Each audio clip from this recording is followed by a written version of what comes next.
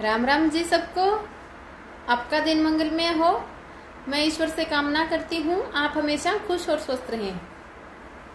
तो चलिए आज हम चर्चा करेंगे एलर्जी, नज़ला, इनके बारे में।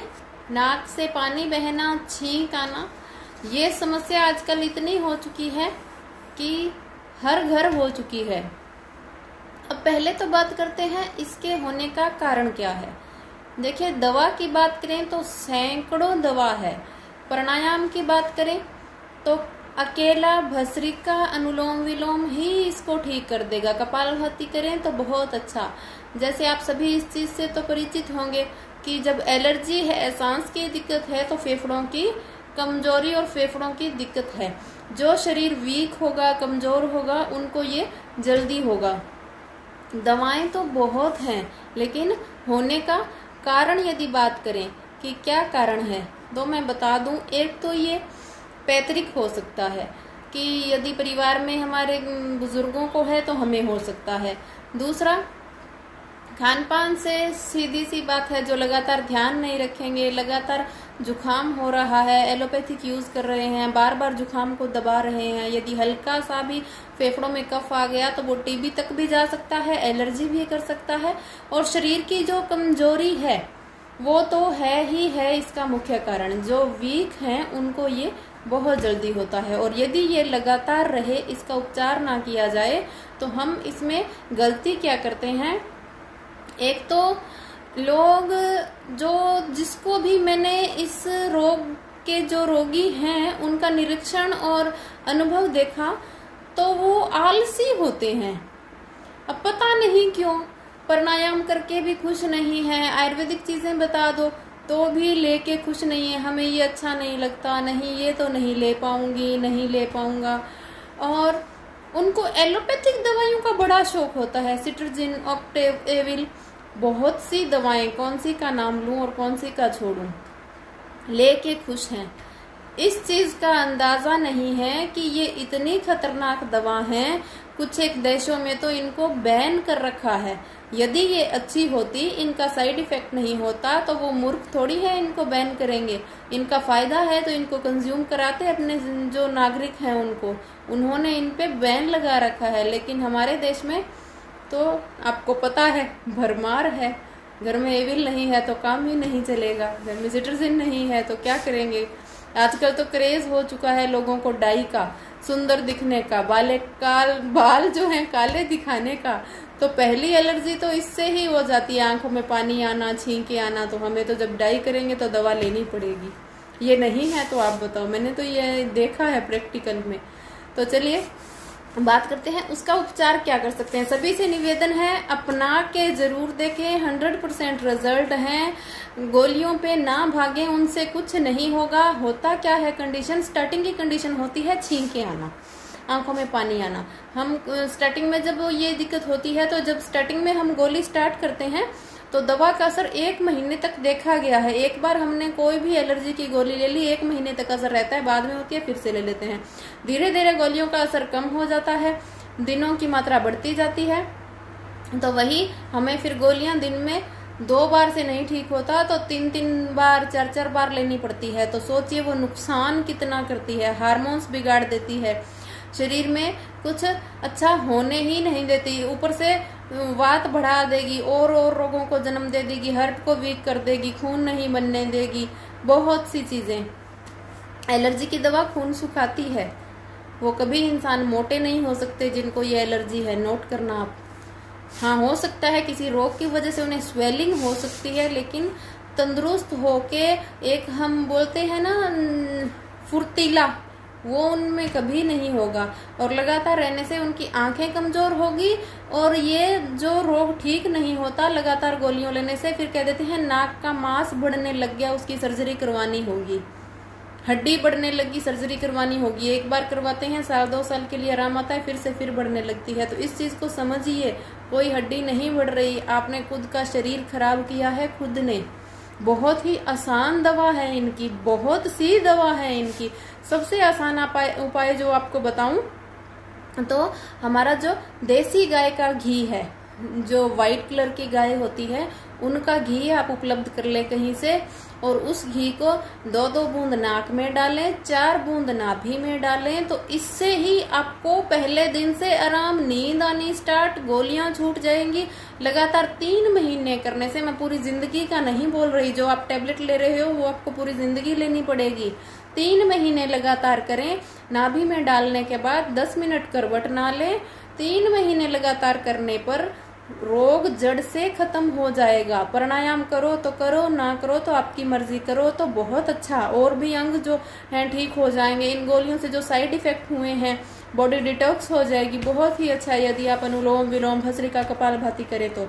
लेकिन इसका नुकसान कुछ भी नहीं है।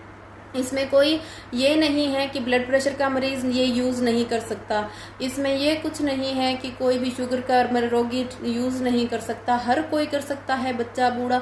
आंखें कमजोर नहीं होंगी, बहुत ही अच्छा। माइग्रेन की दिक्कत नहीं होगी, सिर की नसें कमजोर नहीं होंगी, बहुत ही फायदा। यादाश्त तेज होगी। यदि कोई स्टूडेंट है, यादाश्त बढ़ाना चाहता है, गाय का घी नाक में डालना शुरू कर दें, यादाश्त बहुत ही तेज बढ़ेगी। आप एक बार पढ़ोगे और भूलोगे ही नहीं। बहुत ही अच्छी चीज है। उसके बाद बकरी के दूध में आप खजूर उबाल के लें, वो भी इसका बहुत अच्छा उपाय है। दूसरा, दूध में शाम को शिलाजीत और हल्दी लें यदि ब्लड प्रेशर का मरीज नहीं है तो, क्योंकि इसमें कफ बढ़ा होता है। साथ में यदि किसी का पित्त बढ़ा है, हार्ट की प्रॉब्लम है तो वो ना लें, बाकी ले सकते हैं। एक बहुत ही अच्छी दवा आपको बताती हूँ, आप बच्चों को भी दे सकते हैं, बहुत ही अच्छी। आप बादाम ले लें 100 ग्राम, 50 ग्राम शिट्टा मिश्री, 10 ग्राम काली मिर्च। बाकी मैं चेक कर लेती हूँ। ये देखिए, आप बोलोगे किसमें देख रही है, मेरी ये डायरी है नोट डाउन की हुई। थोड़ा क्लियर कर लेती हूँ कि कहीं कोई डोज वो ना हो जाए कि क्या है क्या नहीं, तो उसके लिए थोड़ा चेक करना पड़ता है। तो इसमें आप ये सभी चीजें ले लें। काली मिर्च आपको लेनी है 20 ग्राम यदि बड़े ले रहे हैं। 12 साल से छोटे बच्चे के लिए बना रहे हो तो 100 ग्राम बादाम, 50 ग्राम शिट्टा मिश्री और 10 ग्राम काली मिर्च। 12 साल से ऊपर का बच्चा है, 100 ग्राम बादाम, 50 ग्राम मिश्री, 20 ग्राम काली मिर्च। बादाम कौन सी लेनी है? अब सबसे बड़ी गलती यहीं पर होती है। हम बादाम ले आते हैं बाजार से, छिलके उतरी हुई अमेरिकन गिरी पैकेट में बंद, और हमने जी खाई, हमको आराम नहीं आया। तो उसमें कुछ है ही नहीं जिससे आपको आराम आए, कुछ भी नहीं है उसके अंदर। किससे आराम आएगा? उसका तेल निकला हुआ, उसमें कोई भी गुण नहीं है। तो आपको बादाम लेनी है पिशोरी बादाम, जो आज से 15-20 साल पहले, 10-12 साल पहले भी देखने को मिलती थी। हम जब छिलके वाली बादाम लेते हैं, उसके अंदर कुछ एक बादाम होती है, उनका छिलका मोटा होता है, बादाम छोटी निकलती है। आपको बता दूं, आजकल पंसारी वाले आपको जंगली बादाम दे देते हैं जिनकी गिरी छोटी होती है, वो शुगर के लिए है, वो नहीं लेनी, पिशोरी बादाम ही लेनी है। यदि ना ही समझ में आए तो अमेरिकन गिरी, आप जो छिलके वाली आ रही है कागजी बादाम, वो ले लें और उसमें से चुन के निकाल सकते हैं। इतनी उनमें कुछ ना कुछ मोटे छिलके वाली आपको मिलेगी। नहीं तो पंसारी वाले से बोल के आप मंगवा लें, वो बादाम लें, उसका चूर्ण बनाएं, यूज करें, बहुत ही अच्छा है, कोई साइड इफेक्ट नहीं है। यदि किसी बच्चे को चश्मा लगा हुआ है तो वो इसके अंदर 100 ग्राम जो ये बादाम है, इसके साथ 100 ग्राम सौंफ और डाल लें, और जो मिर्च डालनी है वो भूरी या सफेद मिर्च डालें। तो ये चश्मा का भी उपाय है। बच्चों में तो उतर रहा है इससे। शाम को सोते वक्त 1 चम्मच लेनी है दूध में, कोई बुरा नहीं है, बहुत टेस्टी भी है ये। यदि बोलूं तो बहुत अच्छा है खाने में। चश्मा का बहुत जल्दी, यदि छोटे बच्चे हैं ना, आजकल 7, 8, 10, 12, 15 साल के बच्चों को जो चश्मा लगा हुआ है, उनका तो महीने भर में नंबर कम हो रहा है। इससे आजमाना आप, चश्मा हट रहा है। बहुत अच्छी दवा है, यादाश्त इससे तेज होती है, कोई नुकसान वाली चीज नहीं है। उसके बाद आपको और क्या चीज आप ले सकते हैं, गिलोय का उपयोग कर सकते हैं। इसमें कफ बड़ा होता है, उबाल के लें या मसल के लें। किसी को है बहुत गर्म करेगी तो गिलोय गर्म तो नहीं करती। लगातार यदि आप उबाल के नहीं लेना चाहते तो 10 से 15 सेंटीमीटर गिलोय लेके कूट के पानी में मसल के छान के पी लें, वो भी बहुत अच्छा उपाय है। उसके बाद आप क्या ले सकते हैं, एक तो घी का तो आप उपाय जरूर से करके देखें, बहुत ही अच्छा है। कहीं से भी अरेंज करें, बहुत ही फायदा है इसका। और इसके बाद आप लहसुन की कलियों का प्रयोग कर सकते हैं इसमें। लहसुन की कली 2 कली, और यदि किसी को तेजाब है तो उसको बीच में से चीर के शाम को भिगो दें। खाएं, ऊपर से पानी पिए, वो भी इसका बहुत अच्छा है। लेकिन मैं जो बोलूं आपको, बादाम वाला जो उपाय है ना, एक घी वाला है, इसके मुकाबले में तो कुछ भी नहीं है। दूध में हल्दी पीना स्टार्ट कर दें आप, इससे भी आपको बहुत आराम मिलेगा और जड़ से खत्म होगा रोग। ये नहीं कि उससे आपको आराम नहीं मिलेगा। तो ऐसी एक सौंठ का आप देख सकते हैं, यदि कोई ले तो अदरक का रस भी ले सकते हैं दोनों टाइम, 1-1 चम्मच शहद के साथ। यदि सौंठ का उपयोग करें, आधा ग्राम सौंठ का चूर्ण शहद के साथ सुबह खाली पेट आप लें, बहुत अच्छा है। तो ये सब चीजें हैं, आप करके जरूर देखें, बहुत ही फायदा मिलेगा। अब एक मैं आपको शिलाजीत का थोड़ा बता दूं, किसी किसी को वहम है कि ये बहुत गर्म करती है और महिलाओं को नहीं लेनी चाहिए, बच्चों को नहीं लेनी चाहिए। ऐसा कुछ भी नहीं है, हर कोई ले सकता है, बहुत अच्छा है। बॉडी में पॉजिटिव जो एनर्जी है, हमारी जो वीकनेस है उसको दूर करता है। हद से ज्यादा गर्म नहीं है, लेकिन ब्लड प्रेशर के मरीजों को, वो कहते हैं ना शुगर चीनी खाने से नहीं होती लेकिन होने के बाद बढ़ती है, तो उनको तो वो हल्का सा वहम ही बहुत है। हल्दी उबाल कर ना लें, ब्लड प्रेशर के जो मरीज हैं वो दूध में सीधी मिला के ले लें। यदि किसी को ब्लड प्रेशर की दिक्कत नहीं है तो आप दूध में उबाल के दूध ठंडा होने पे पिए। तो ये सब आप कर सकते हैं, जरूर आजमाएं, ज्यादा से ज्यादा शेयर करें, क्योंकि ये चीज हर किसी को हो चुकी है। हर घर में आप देख सकते हैं, घर में नहीं बोलूं तो आसपास नजदीक में बहुत ज्यादा बढ़ रहा है, तो इसका ध्यान रखें। नाक में घी डालने से हड्डी बढ़नी बंद हो जाएगी, जिनकी बढ़ रही है नॉर्मल हो जाएगी, बहुत ही अच्छा है।